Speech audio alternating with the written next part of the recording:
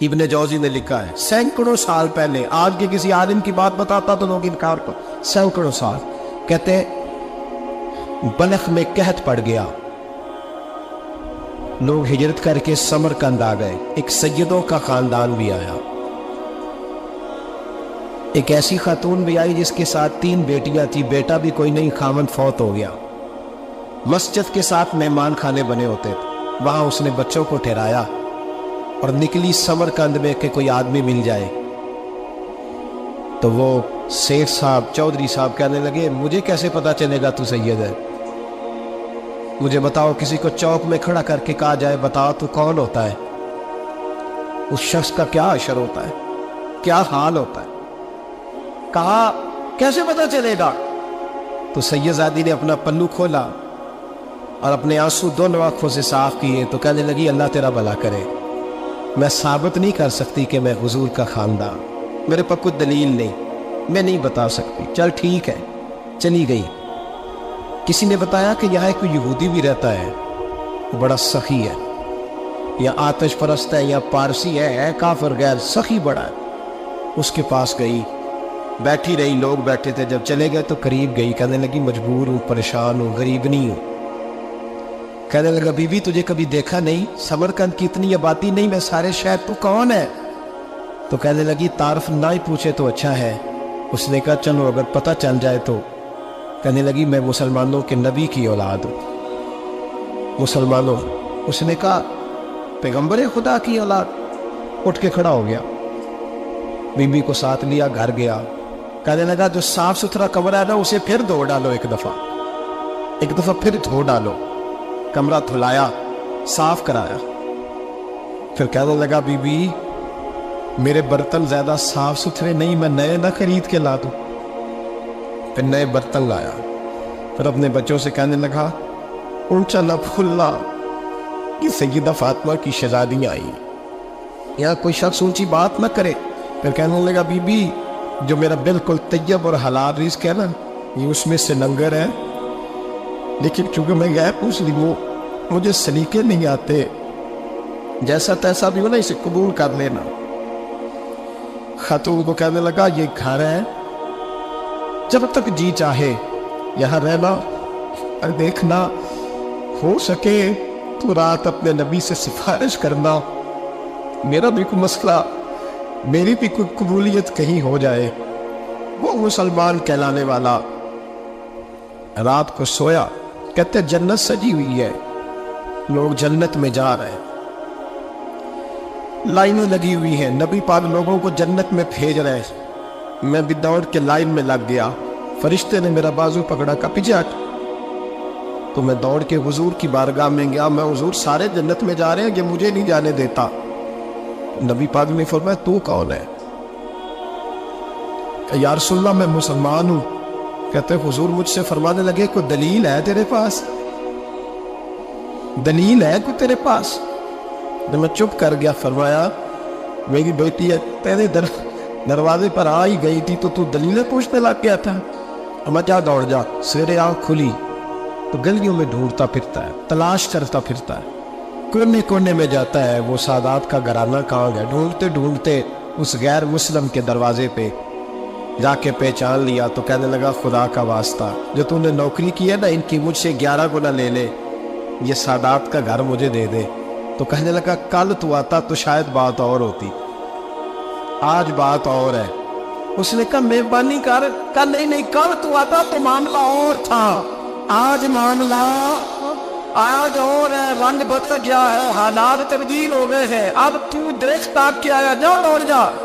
کہنے لگا نہیں مہربانی کر، دے دے، تو غیر مسلم میں تیرا کیا تعلق؟ کہنے لگا چپ کر، غیر مسلم میں کل تک تھا، کل سے سجدوں سے پیار کیا ہے تو میرے حالات سنور گئے ہیں، وہ جو نظارے تو نے رات خواب میں دیکھے ہیں میں نے جاگتی آنکھوں سے دیکھے ہیں، میں نے جاگتی آنکھوں سے، اور تو نے کسی مفتی پیر عالم کے ہاتھ پہ کلمہ پڑھا ہے، میں نے رات محمد عربی کے ہاتھ پہ کلمہ پڑھا۔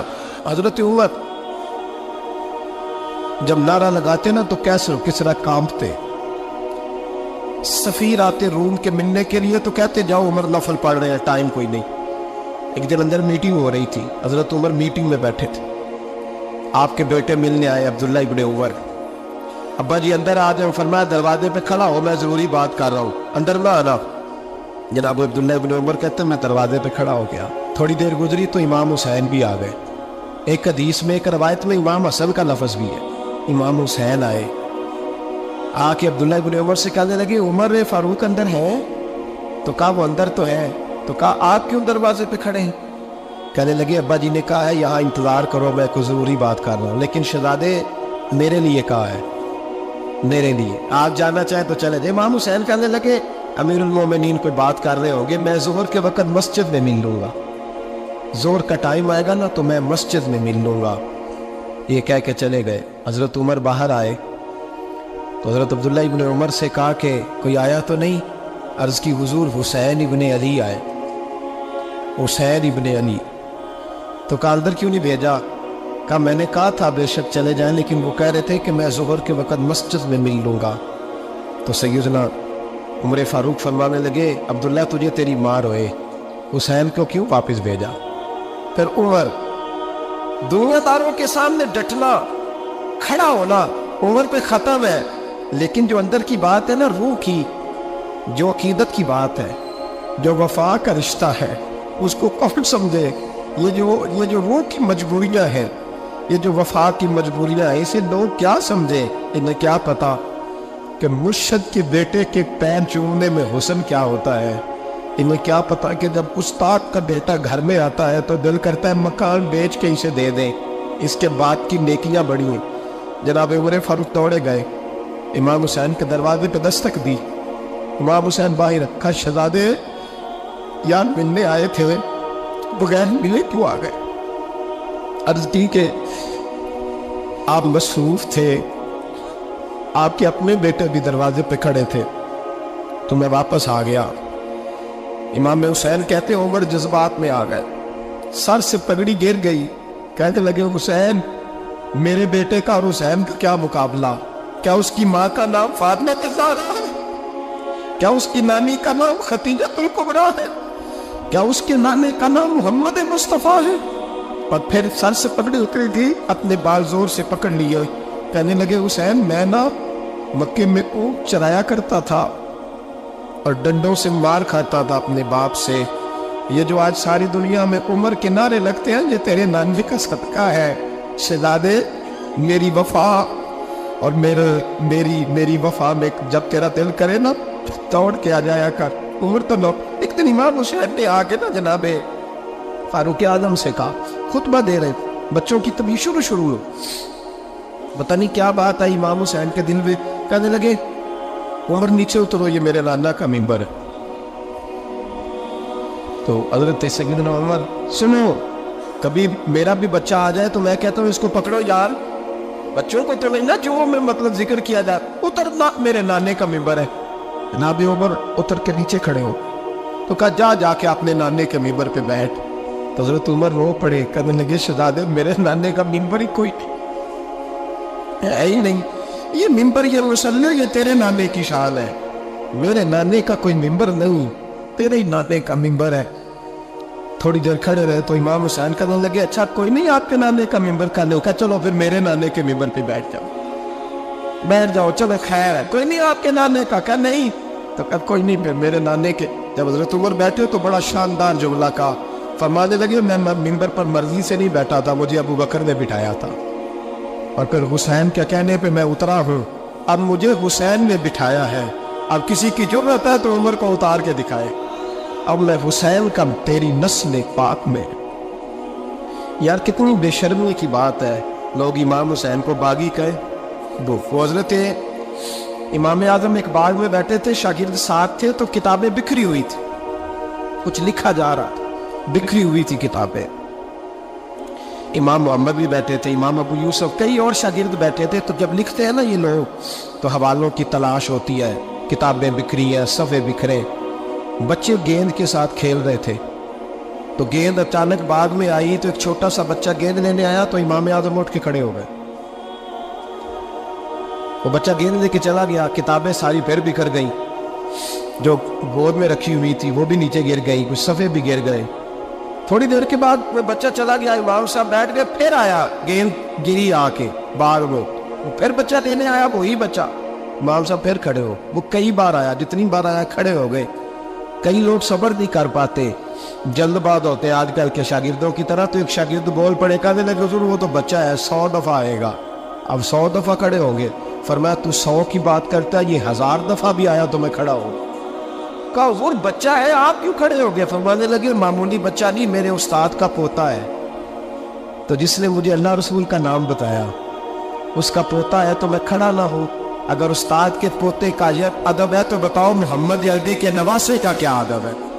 رسول اللہ صلی اللہ علیہ وسلم، لوگ سمجھتے ہم قائل نہیں ہیں وہ والی شہادت بیان کرنے کے جس میں کہتے ہیں ہائے حسین تو سکینہ تو زینب۔ ہمارے بزرگوں نے ہمیں یہ سبق، ہمارے بزرگوں نے ہمیں بتایا کہ امام حسین کی شہادت اس طرح بیان کرو کہ نوجوانوں میں جذبہ جہاد پیدا ہو، عورتیں صبر کا پہاڑ بن جائے، اس طرح شہادت ہمرے والی۔ لیکن ایک بات ضرور ذہن میں رکھیں، یہ جو لوگ کہتے ہیں نہیں بڑے مظلوم تھے پانی نہیں آ سکا، میرے سے حوالہ دیکھے جس نے دیکھنا ہے، میرے سے حوالہ دیکھے، میرے سے۔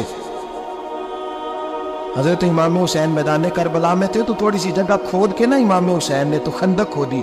خندق کھودنا عرب کا رواج تھا، مدینہ میں بھی خندق کھودی گئی، اس کا نام ہی جگہ خندق۔ تو خندق کھود کے نا آگ جلائی جاتی تھی، یہ حفاظت کا ایک ذریعہ تھا تاکہ دشمن نہ آئے۔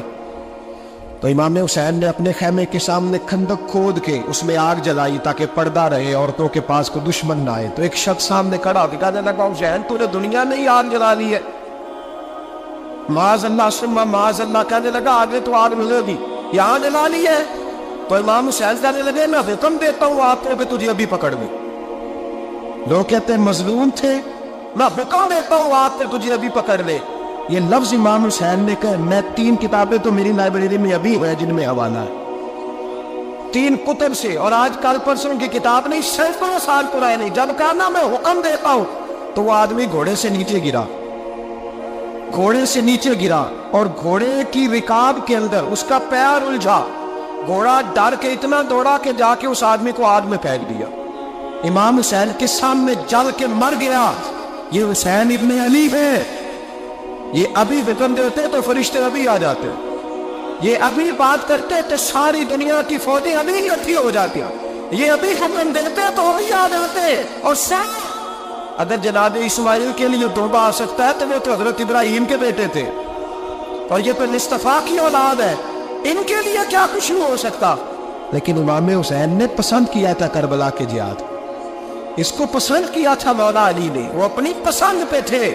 کوئی آدمی اس طرح نہ بیان کرے کہ بڑے مظلوم تھے تو بڑی مشکل میں تھے تو بڑا روتے تھے بڑے، اور کوئی شخص ایسی بات، یہاں تو تماشا لگ گیا ہے، تماشا لگ گیا ہے۔ ایک وہ ہے جو آج کا کہہ رہے بس جی وہ تو 2 شہزادوں کی جنگ تھی، انہیں بھی شرم نہیں آتی، اور ایک ممبروں پہ چڑھے ہوئے ہیں، چہرے پہ داڑھی کوئی نہیں، سر پہ ٹوپی کوئی نہیں، بازاری سا انداز ہے، کبھی دوڑ کے ادھر جاتے ہیں، کبھی بھاگتے ہیں، کبھی کہتے ہیں اونچا بولنا، پیروں پہ کھڑا ہونا، یہ لوگ بیان کریں گے امام حسین کی بات، یہ لوگ بیان کریں۔ بیویوں کے مصائب پڑھ رہا ہوں، بہت بیویاں ہوتی ہیں جو آئے آئے کرتی ہیں، باب نہ کرتی ہیں، یہ میرے نبی کا خاندان ہے، یہ میرے نبی کا خاندان ہے، نبی کا خاندان۔ میں حوالہ دکھاؤں گا، مجھ سے سنو حوالہ۔ حضرت سیدہ زینب نے سارے جنازے دیکھے، بھتیجوں کو بھانجوں کو سب کو شہید ہوتے دیکھا۔ عورتیں ڈرتی میت کو ہاتھ نہیں لگاتی، چیختی ہے بیبیاں، لیکن حضرت جناب زینب نے پتہ کیا دیکھا تھا؟ وہ سننا ذرا۔ امام حسین کی لاش مبارک کربلا میں پڑی تھی، اور امام حسین کا سر کاٹ کے نیزے پہ چڑھایا گیا تھا، اور وہ بیویوں کے سامنے خالی سر چل رہا تھا، اور سینکڑوں میل کا سفر کر کے دمشق کے بازاروں سے گزرتا ہوئے سر گیا۔ آج میں سر کی بات نہیں کرتا، سر کی، آپ مرد ہیں، جوان ہیں سارے، یہاں کسی کا کٹا ہوا ہاتھ پھینک دیا جائے نا، ہاتھ میں چیخے مار کے دوڑ جائیں گے، بلکہ ہاتھ تو دور رہا، کسی کی انگلی کاٹ کے یہاں پھینکی جائے تو لوگ چیخے مار کے من دوڑ جائیں گے۔ لیکن کٹا ہوا سر دیکھا، لاشیں دیکھے، یزید کا دربار آیا، بی بی صاحبہ کو نا ایسے عورتوں نے اپنے حالے میں لیا ہے، سیدہ زینب وہاں بیٹھ گئی، تو جب بولا نا وہ یزید دربار میں، کہنے لگا کہ دیکھو اللہ نے عزت والوں کو عزت دی، معاذ اللہ ثم معاذ اللہ۔ اور میرے مخالفین کا کیا حشر ہوا جب اس نے دیکھے نا، ایک آدمی مجبور ہے، مقہور ہے، اتنا لمبا سفر ہے، غربت ہے، پیاس ہے، بیماری ہے، کیا انداز ہے جب اس عالم میں یزید کے دربار میں اس نے گستاخی کی امام حسین کی۔ یہاں لوگ کہتے ہیں کسی کو کچھ نہ کہیں کہ کیوں نہ کچھ کہیں، جو سیدنا امام حسین کے بارے میں بات کرے تو زبانیں کھینچے گی اس کی، جو صحابہ کے بارے میں بات کرتے تو ہم کرنے دیتے ہیں۔ یہ کیا بات ہوئی؟ گستاخی کرنا، بے ادبی کرنا، یہ کون سا دین ہے؟ یہ تو تم بے دینی پھیلا رہے ہو۔ سنو، جب اس نے بے ادبی کی تو سیدہ زینب چپ نہیں رہی، بلکہ حضرت زینب بولی اور کھڑی ہوئی، اور آپ نے تلاوت کی قرآن مجید کی اور آیتیں پڑھی، کہنے لگی وَتُعِزُّ مَن تَشَاءُ وَتُذِلُّ مَن تَشَاءُ بِیَدِکَ الْخَیرُ۔ اور آپ فرمانے لگی یزید تو کہتا ہے تیرے مخالفین پسپا تجھے عزت ملی، آپ فرمانے لگے یہ تیرا دربار ہے نا، یہ تیرا سجا ہوا ہے نا، تیرا اس وقت ڈنڈا چلتا ہے نا۔ فرمانے لگی چند سال ٹھہر جا، تیرے اوپر لوگ لعنتیں برسائیں گے، اور فرمایا جب جمعے پڑھے جائیں گے تو لوگ میرے حسین کے نام کے خطبے پڑھیں گے۔ فرمایا آج یہ تیرا دربار ہے نا۔ حضرت نعمان بن بشیر صحابی رسول تھے، وہ کہتے ہیں میرے قریب ایک نابینا صحابی بیٹھا تھا، سنو حوالہ میں دکھاؤں گا۔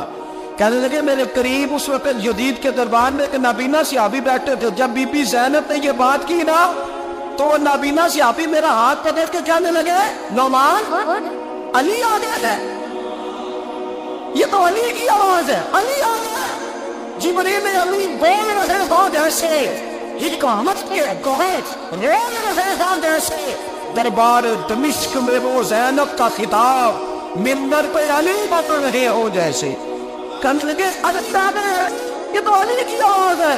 جناب نعمان بن بشیر کہنے لگے نہیں، علی جب بولتے تھے تو بڑا رنگ ہوتا تھا، ابھی تو زینب کھل کے بول ہی نہیں رہی، ابھی تو زینب ستائی ہوئی ہے، ابھی تو زینب زخم کھا کے آئی ہے، ابھی تو زینب پیاسی ہے۔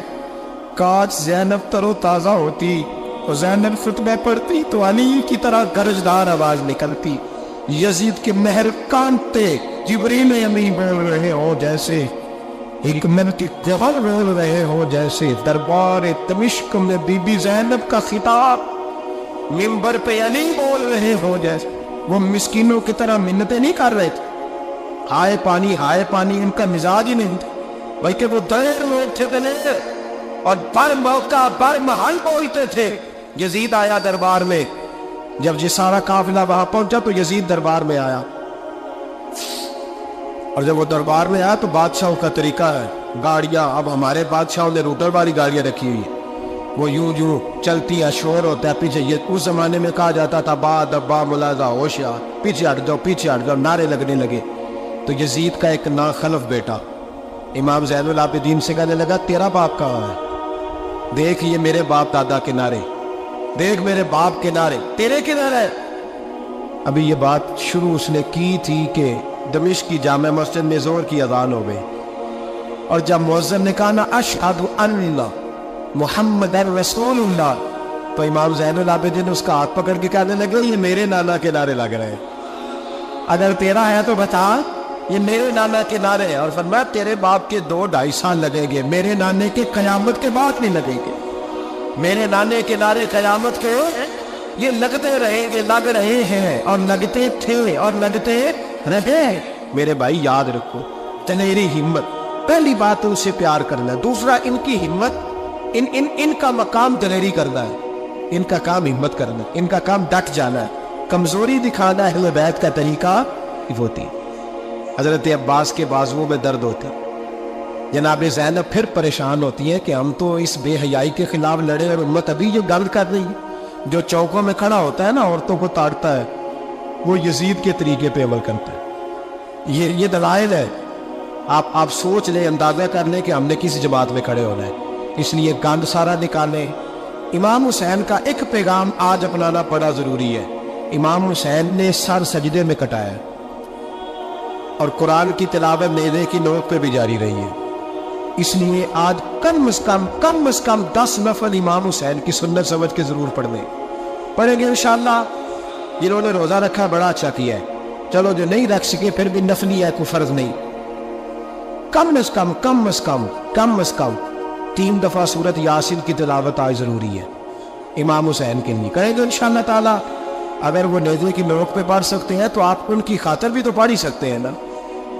بہت ضروری کام آج نفل پڑھنا ہے، اور بہت ضروری کام آج قرآن پاک کی تلاوت کرنا. کریں گے انشاءاللہ تعالی.